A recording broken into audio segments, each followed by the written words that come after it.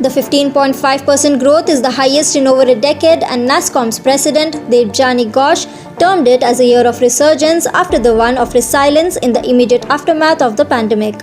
The industry revenues had grown by 2.3% to US $194 billion in financial year 21. In its yearly strategic review for financial year 22, Nasscom said the industry added 45 lakh new jobs to take the overall direct employees to 50 lakh people.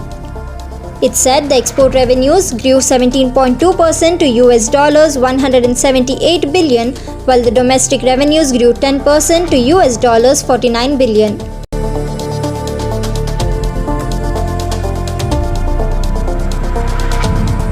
Ghosh said share of the new age digital services grew 25% to US $13 billion, and India has a strong workforce geared for technologies of the future. He said the grouping clearly sees an ability to reach US $350 billion in revenues by year 2026, saying the India narrative is becoming tremendously powerful.